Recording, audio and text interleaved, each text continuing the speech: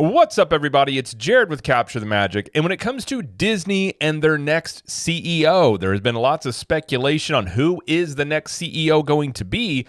But it seems Disney may have given us a bit of a clue here as to who it might be, which I don't think is a major surprise to anybody. But they did promote somebody inside the company that I think could be a telltale sign about who the next CEO is going to be. So in this video, me and my good friend George the Italiano are going to talk about this, if this is Disney showing their hand, and when may we hear about the next CEO selection. There was an article that came out from Bloomberg that talked about how it looks like, and this is nothing new, at least I don't think for us or people that have been paying attention, that D'Amaro seems to be the front runner. I think undoubtedly at this point he is. If you just look at the optics, and I was talking on OG's channel the other night about how I couldn't even tell you, I don't even know what Dana Walden's voice sounds like. And Josh has talked a lot more. Yeah, and he's doing all the things that you would assume a CEO would do. Going to Netflix shindigs, giving a lot of talks. And in that article, they talked about how Iger bristled a bit at the idea that it was just going to be Josh, but that people inside of Disney were saying that they each headed the departments of D'Amaro for the parks, Walden for the TV side, Jimmy Pittario, and Alan Bergman all gave presentations, and Josh's blew everybody else's out of the water. And I think that's where Josh's strong suit is. He's very appealing. He looks like a salesman. So I do think it's Josh or an outside hire that we just don't know about yet, is my guess. But so that article was out there from Bloomberg, and then Disney made an interesting move here, and there's some leadership changes, and their article here is saying it could hint at the next head of the division being after D'Amaro.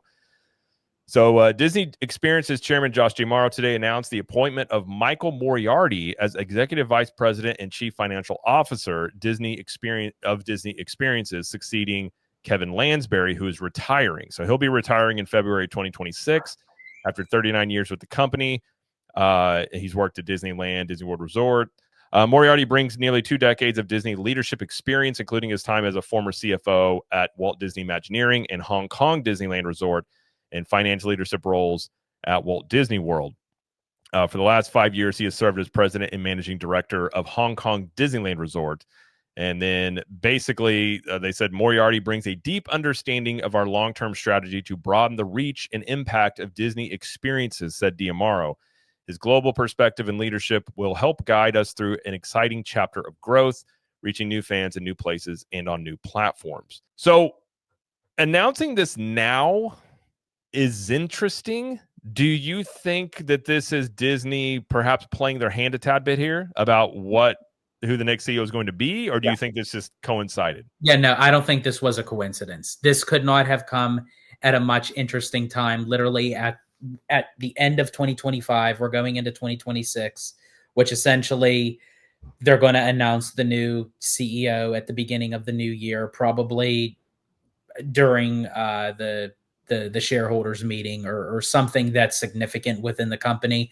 And it just seems like anytime that there is a shift for the CEO, there is a shift in the company where, a person leaves, another person comes in, switch positions and everything. So yeah, I don't think this is a coincidence. And the fact that D'Amaro is kind of like in the center of this basically is telling without telling that it seems like D'Amaro already has the gig. They're just waiting to make the announcement. I agree with what you're saying. I think I don't really believe in coincidences often, and doing the timing of this, and we've been hearing for like over a year now that D'Amaro is the favorite. And I think when you just look at the simple facts that he's the head of the part of the company that makes the most money, TV and movie side is shrinking, and it's a bigger risk internally to have Dana Walden run everything, given what you know about parks. Well, the parks make the most money, versus D'Amaro's big question mark is, well, how does he manage the movie and TV side?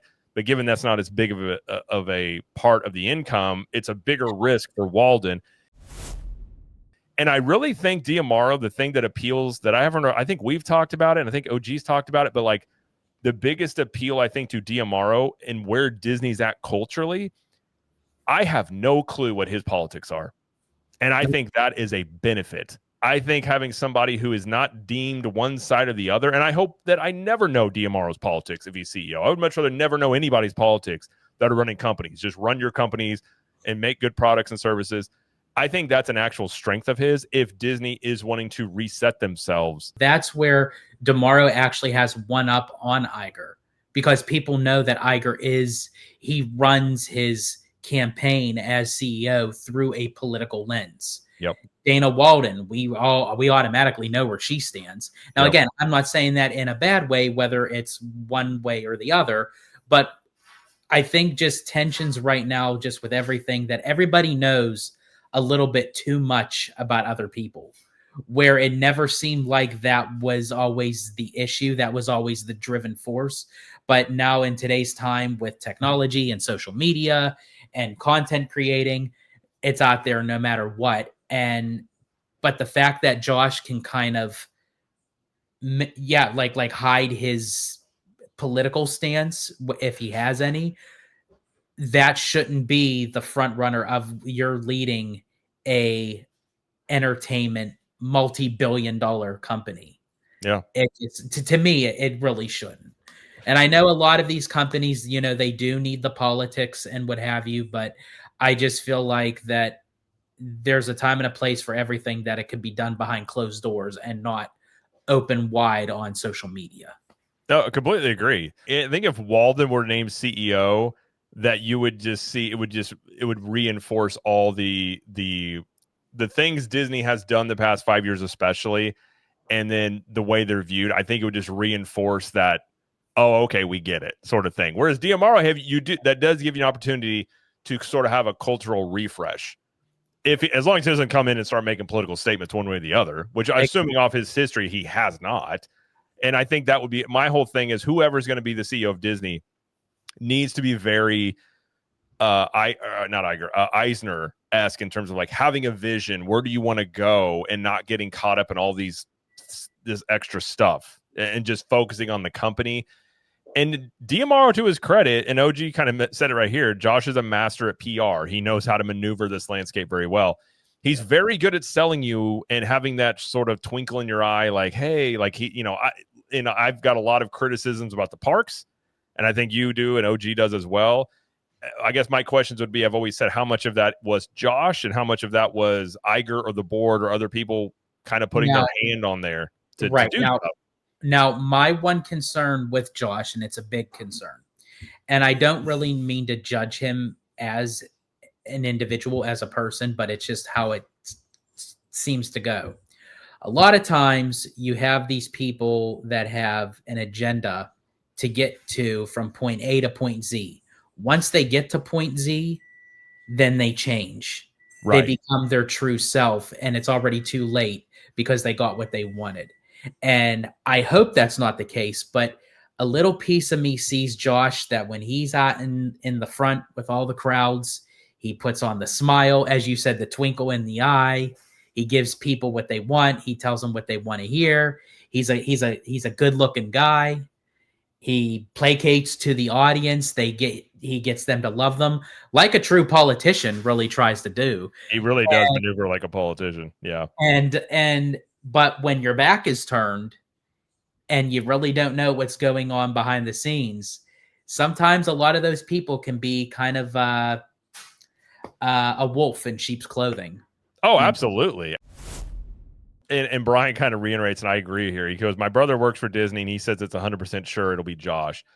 I know some people inside of Disney that basically tell me like it's going to be Josh. I have thought it makes the most sense if you're going internal that it's going to be him. I've just been operating for the past 6 months to a year that like it's going to be Josh, unless they find somebody from the outside that, and I don't know what the chances of that are, but that is always a risk. And I think that's where DeMauro could come in. And if he is the CEO, that he has a chance to reset things in many ways, take it in a better positive direction, or he has a chance to, like you said, would he just be an Igerite and just do everything Iger had done, and how much of his own ideas have been held back? Like, there's just a lot of things we don't know about him in terms of like the current operations of the parks.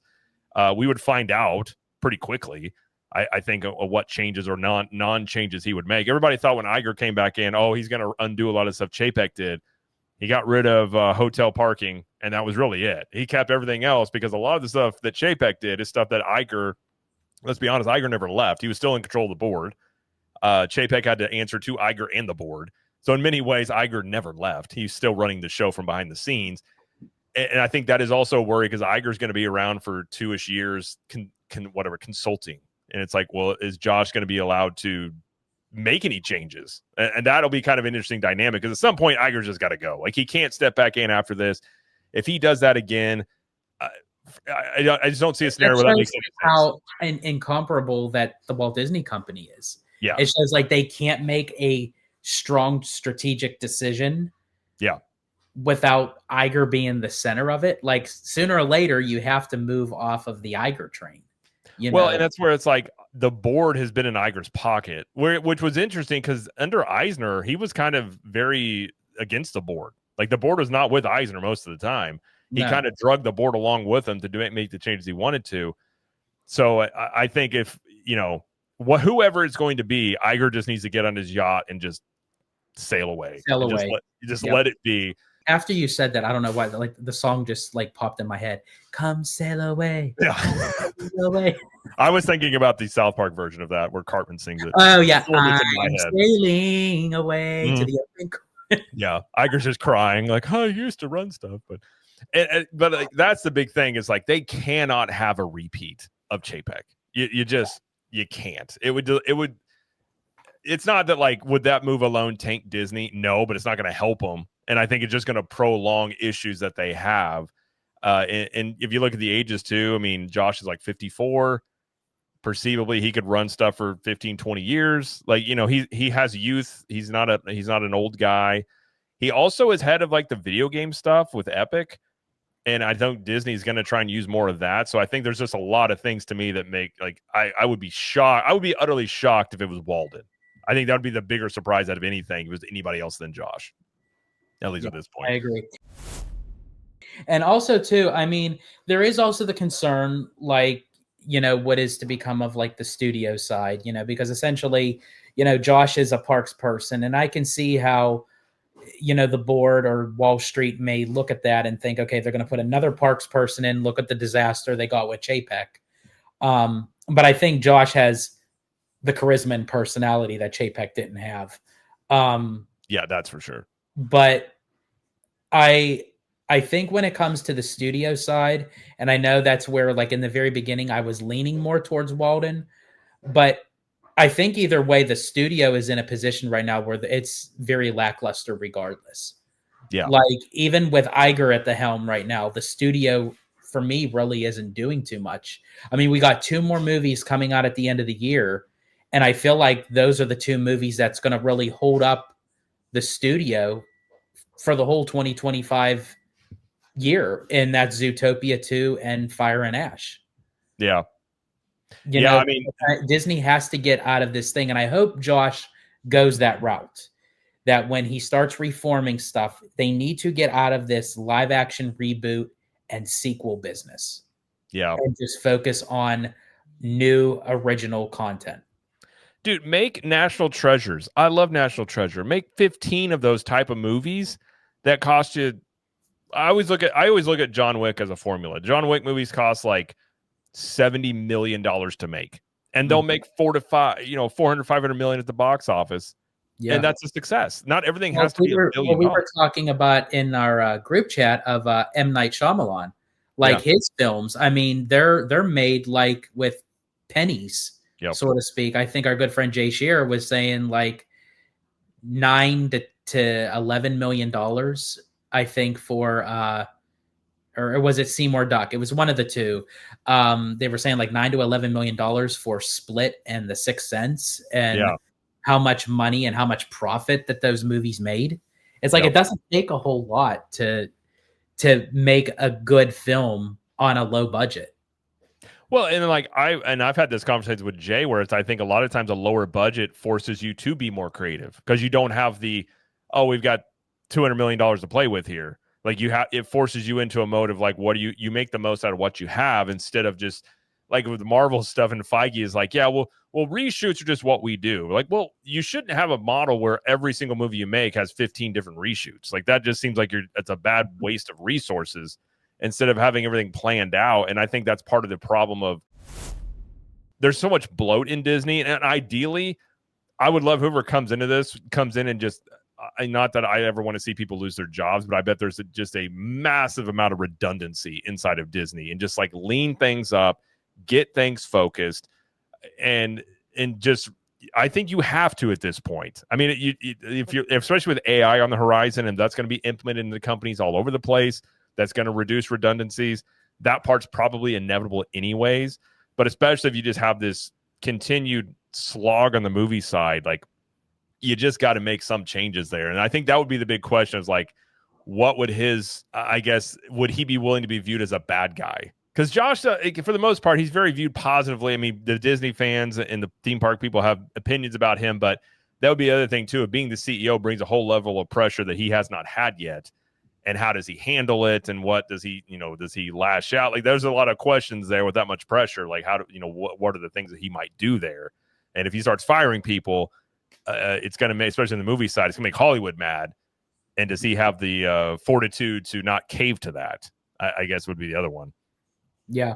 And that's the double-edged sword where, you want to be liked in the public eye, but sometimes if you are the head honcho, you have to make decisions that you may not, think that the public would agree upon, but you have to stick with it. And that's where it kind of goes back and forth, because does he want to lose that image, or does he want to be a good CEO? Right. Well, and it's like Walt. I mean, it's different nowadays, but like, I will bet you a good amount of money Walt was not always a really nice guy. I'm betting that he many times came in and, like, got into people. It's thought about all the time. Steve Jobs was just an a-hole. Like, he was like, I think it was Kevin O'Leary said he worked for Steve Jobs, and he was like, oh, he was a huge asshole, but he was a genius, and he didn't care if you were mad at him. He's like, this is what we're going to do, and if you can't do it, I'll find somebody that can. And people can think on an interpersonal level, like, oh, he's a jerk, but it's like, jerks get things done, though. Like, trying to appease everybody, essentially you appease nobody. I think Iger has fallen into that. I think Iger's very image aware and legacy conscious. It's like, if you know where you're going, you're getting through some of the muck to get there. You're willing to do that if it's for the greater good. But if you're just flying by the seat of your pants and you're just like, are you mad? Oh, I don't want to make you mad. Like, that's where I think Disney's been so wayward. I think regardless, I just enjoy pissing people off. It's not bad. Listen, if you pissing off the right people is good business, but doing it in a way, yeah, like, and Josh can do it maybe in I don't know. That part I think is very interesting about all the pressure that comes on CEOs. There was also talk about a dual CEO setup, but I think a dual CEO setup would be best. But at this point, I don't see that happening. I think it takes a very certain type of people, and it's like a marriage to make that work. And people have said, like, oh, Walden and Diamaro. I'm like, I don't know Walden, but she gives me the idea that she'd stab you in the back at a moment's notice if it meant that she could move ahead. And maybe she wouldn't, but that's just like, you can't just throw two people together and just assume that, like, they're just going to work. Exactly. Yeah. You have to have some sort of like connective agreement. Like, even like I mean, you don't have to have like the same outlook, but you still have to have something that complements. And that's why I always said, like, if they were to do a dual partnership, or at least maybe like one step down for CEO, where you have like the business and the creative, and I feel like you need both for Disney, because Disney is in that very unique position where it's not just a film studio. It's not just a theme park industry. It's not just a streaming service. It's literally all of these things. Yeah. Yeah. I mean, it's a very unique company that require, and I think ideally a dual CEO setup would work, but you have to have like Iger and Wells. Iger is much more visionary. Wells is money. You have, and it's like, it's very much like a marriage where it's like, my wife and I, like, do we see eye to eye on every single thing? No. But at the end of the day, like, we're in this together. We're not going to go anywhere. So we can work out whatever issues we have and come to the, where we need to go as a family. It's the same thing with the CEO in that situation. If you don't trust the other person inherently, that's never going to work. Especially if you got two people that have been vying for the spot, and it's like, is there animosity? Like, and it's like a sports team. I said that on OGs the other night. How many different teams have we seen? They sign all these free agents, and you're like, oh man, that team's going to be unbeatable, and they're terrible. And it's not because of lack of talent; it's because the talent isn't complementary or the egos. Like a lot of times, really good teams are not just made up of the most talented people; it's just different skill sets. There was a book, I think, Good to Great, and the analogy was about getting the right people on the right spots on the bus, going where you want to go. And I think that it's a lot more complicated to have a dual CEO setup that could work, but it also could blow up in your face. And I think that's probably more the risk there. Yeah, you would have to know, like, if you were to go that route, which again, I still think it could work. You know, we've seen it. History has proven that it worked really well in the well-oiled machine with Eisner and Wells, and then even with Walt and Roy. You know, they still obviously had creative and financial differences, but they still harmonized together. And again, for how big that the Walt Disney Company is, I mean, let's face it, the Disney Company has more faces than Gary Busey, you know, but it's, you know, you have to, you just have to know, like, which two. I did the picture of Busey. Didn't he do a sausage commercial? He's like, I like sausage. You know? Yeah. Okay. Oh, that's fun. Yeah, that's a perfect thing to end on. No, I agree. And I think like Kevin Mayer and Tom Staggs are some that come to mind as I've said for a while, I think they're a dark horse that if you were going to dual CEO setup, they would be the guys you would bring in. But that requires a little bit more of a complicated nature of the, just throwing two people together. I remember the I'm with Busey show on Comedy Central. I remember that show. I do remember that show. That was right. Where like comedy was like in such good taste. Like, whatever. Well, and we're seeing a resurgence of it. Like you're seeing more of people being like, I don't care. Like people getting mad. Well, I hope you enjoyed that video. And if you like this video, please like it and subscribe to the channel as we do lots of content about Universal Studios, Epic Universe, Disney World, and pop culture. And let us know in the comments, what do you think about all this? And until next time, we will see you in the parks.